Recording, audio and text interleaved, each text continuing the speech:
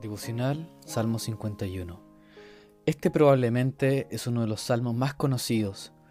Posterior a una historia con desenlaces trágicos, el alma que escribe este cántico es un alma angustiada, pues ha cometido un crimen serio y nefasto.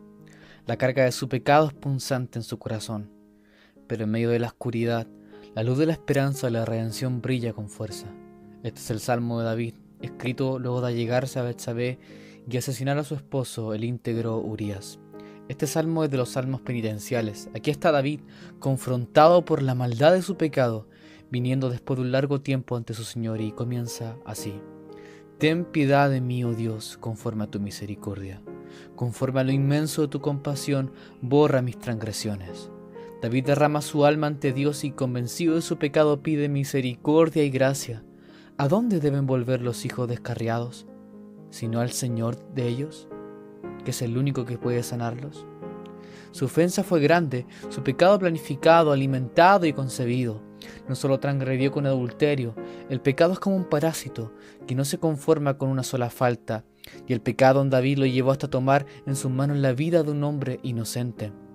Y en medio de su oración reconoce su pecado y acude a la misericordia de Dios, que sobreabunda. Ese es el camino al arrepentimiento. Si no fuera por su misericordia seríamos consumidos. Y él dice: conforme a lo inmenso de tu compasión, Señor, borra mis transgresiones, lávame por completo de mi maldad y límpiame de mi pecado, porque yo reconozco mis transgresiones y mi pecado está siempre delante de mí. ¿De dónde aprendemos qué cosa tan vil, asquerosa y miserable es el pecado a la vista de Dios? Tiñe el cuerpo del hombre y tiñe su alma, y le hace más vil que la más vil de las criaturas. Es la causa de todas las ruinas, depravación y sufrimiento. Cuán torpes somos cuando, arrastrados por el engaño, acudimos a él en busca de un gozo que es imposible allí encontrar. Verso 4, David dice: contra ti solo he pecado y he hecho lo malo delante de tus ojos, de manera que eres justo cuando hablas y sin reproche cuando juzgas. Muchos criminales están alarmados, pero más alarmados ante la horca que en presencia del crimen que lo lleva a ella. El ladrón se deleita en burlar la ley, aunque teme la cárcel. No es así David.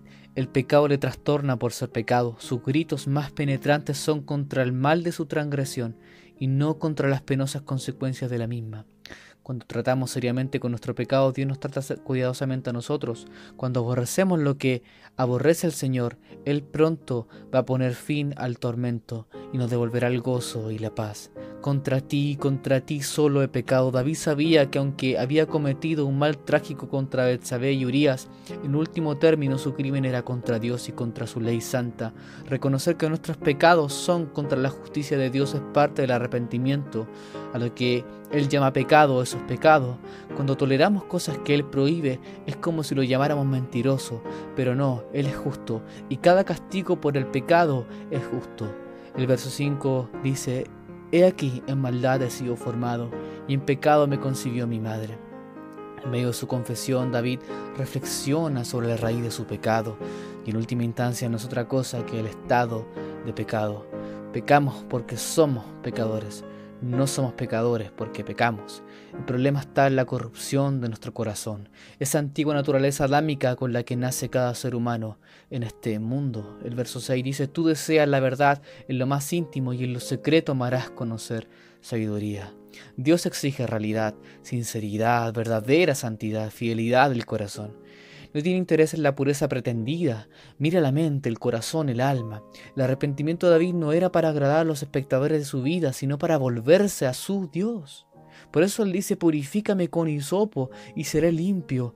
Lávame y seré más blanco que la nieve. El pecado es suciedad, y el lenguaje que utilizado aquí es de quitar esa suciedad por medio del lavamiento. Pero la palabra que David utiliza no es la palabra lavar en el sentido de la ducha tibia y el jabón perfumado, que va quitando placenteramente la suciedad. No. Aquí la imagen que David utiliza es el lavado de la ropa mediante el método de humedecerla y golpearla con un palo sobre una piedra sumergida.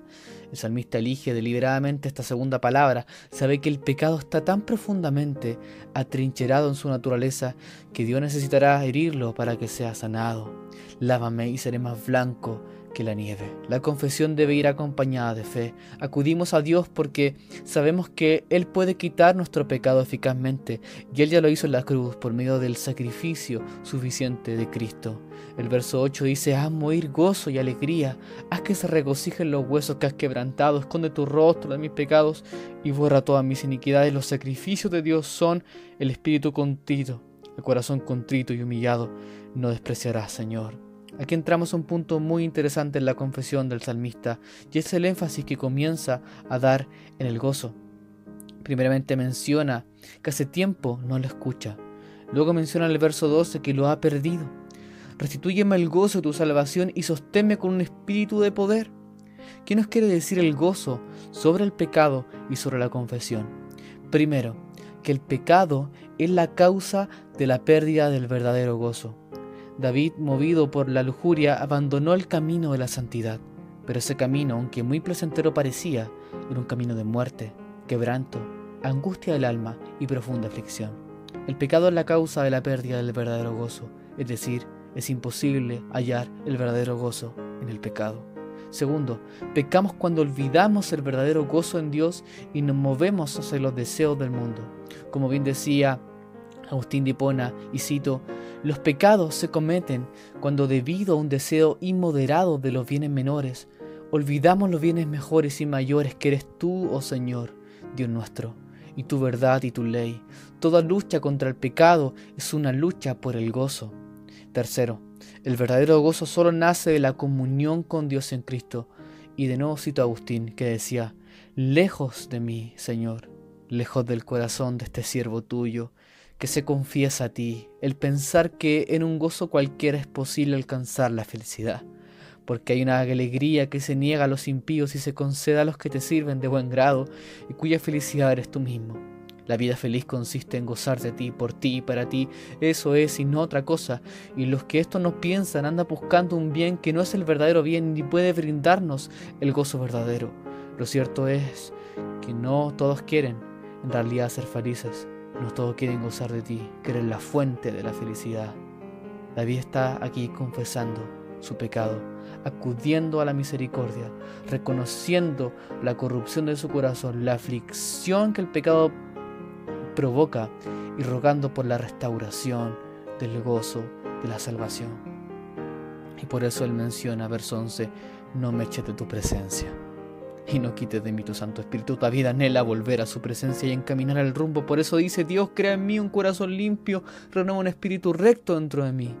¿Y cuál será la respuesta? El testimonio de la misericordia del Señor. ¿Cuál es la respuesta de la confesión? ¿Cuál es el resultado de la confesión del pecado? Es el testimonio de la misericordia de Dios. Y por eso dice el verso 13, entonces enseñaré a los transgresores tus caminos y los pecadores se convertirán a ti. Termina con un apartado final pidiendo ser librado de tan grave ofensa. Reconoce que es débil y que necesita desesperadamente del Señor. Por eso dice: líbrame de delitos de sangre, oh Dios mío, Dios de mi salvación. Soy tan débil. Puedo pecar, Señor, en cualquier momento. Soy tan débil, puedo volver a fallar. Por favor, líbrame. Líbrame, Señor, que soy débil. Entonces mi lengua cantará con gozo tu justicia. Abre mis labios, oh Señor, para que mi boca anuncie tu alabanza. Los sacrificios de Dios son el espíritu contrito. El corazón contrito y humillado no despreciarás, oh Dios. Este salmo es una verdadera guía de oración para cada uno de nosotros, que constantemente a veces vamos fallando al Señor. Que este salmo nos lleve una reprensión de lo grave que es el pecado y de lo profundo que debe ser nuestro arrepentimiento. Que el arrepentimiento no es un momento en la vida del cristiano, sino que es la vida del cristiano. Que este salmo nos lleve a vivir vidas que más agraden al Señor.